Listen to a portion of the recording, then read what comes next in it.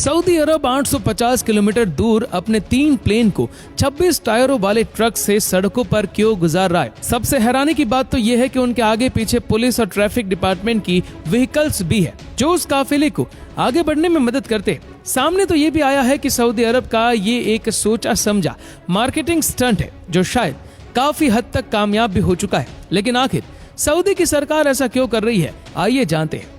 दरअसल ये तीनों एयरक्राफ्ट ने अपनी सर्विस लाइफ के दौरान 50,000 घंटों तक उड़ान भरी है। इसके बाद कंपनी इसको इस्तेमाल करने से मना करती है। तो क्या इस पीरियड के बाद जहाज बेकार हो जाते हैं? नॉर्मली जब भी एयरक्राफ्ट अपनी सर्विस लाइफ पूरी कर लेते हैं तो इनको एयरक्राफ्ट बॉर्न यार्ड्स में पार्क कर दिया जाता है।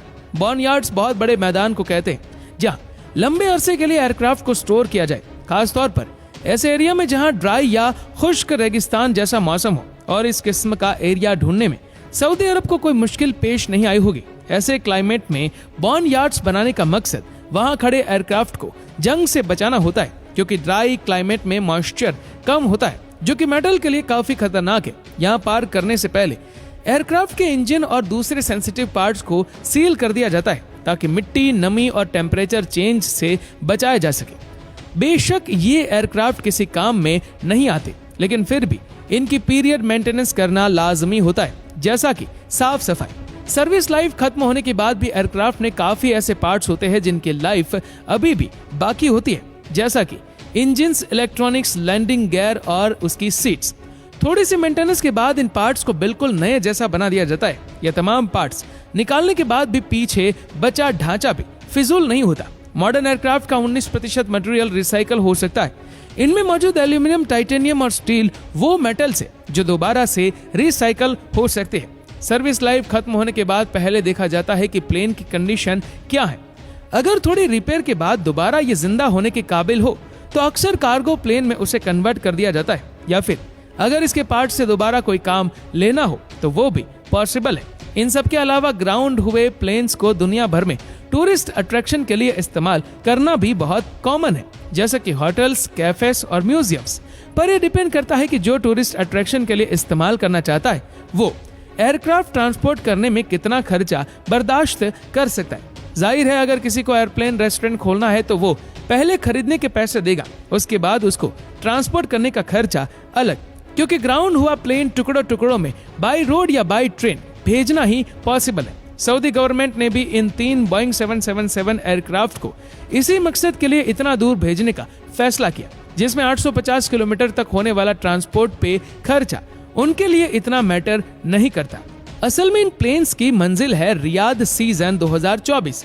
ये सऊदी के कैपिटल रियाद में अरेंज किया गया एक ऐसा मेगा इवेंट है जिसका मकसद दुनिया भर से टूरिस्ट को अट्रैक्ट करना है, जिसमें entertainment, shopping, culture, sports, Bollywood world city, kingdom, wonder gardens, जू स्टूडियो टूर और सबसे नया बॉलीवुड रनवे भी शामिल किया गया है। इसको सबसे पहले 2019 में स्टार्ट किया गया था, लेकिन कोविड की वजह से इसको इंटरनेशनल प्रेजेंस नहीं मिल सकी। पिछले साल सऊदी 50 लाख टूरिस्ट अट्रैक्ट करने में कामयाब हुआ और उम्मीद है 2024 का सीजन भी नया रिकॉर्ड बनाएगा। 3 बोइंग को 850 किलोमीटर तक ट्रांसपोर्ट करना भी सऊदी का एक मार्केटिंग स्टंट समझा जा रहा है, जो सऊदी को एक नया वर्ल्ड रिकॉर्ड भी दे गया। वही दुबई ने खुद को टूरिज्म और बिजनेस का गढ़ बनाकर तमाम मिडल-ईस्ट कंट्रीज के होश उड़ा दिए। जहाँ पहले यूएई भी तेल पर डिपेंडेंट था, अब वर्ल्ड क्लास इंफ्रास्ट्रक्चर और एंटरटेनमेंट की वजह से ये डिपेंडेंसी सिर्फ 5% रह गई है। और ये सब देखकर सऊदी अरब भी अपने लिए अपॉर्चुनिटीज तलाश कर रहा है। इंटरनेशनल इवेंट्स की बात की जाए तो 2020 से टक्कर रैली सऊदी ही होस्ट कर रहा है, जिसमें ऑफ रोडिंग ड्राइवर को मुश्किल रास्तों से होकर 800 किलोमीटर का ट्रैक पूरा करना होता है, वह भी सिर्फ एक दिन में। और ये तो सब जानते हैं कि बंजर और ऑफ रोडिंग टैक्स की सऊदी के पास कोई कमी नहीं है। दोस्तों ये कहलाता तो 26 व्हीलर है, लेकिन असल में इसमें 104 टायर्स होते हैं। कौन से पॉइंट्स पर 100 मीटर से लंबे ट्रेलर को कहां से टर्न करवाना है, ये सारा रूट पहले से प्लान किया गया था। कुछ रोड्स पर नॉर्मल ट्रैफिक को रोड से उतारकर ऑफ रोड ट्रैक से गुजारा गया ताकि कॉन्वॉय को परेशानी ना हो और ट्रैफिक भी चलता रहे। इस तरह का कॉन्वॉय नॉर्मली 20 की स्पीड से ज्यादा नहीं चलता, क्योंकि इससे तेज चलने से ट्रेलर की लोड बैलेंसिंग बिगड़ सकती है।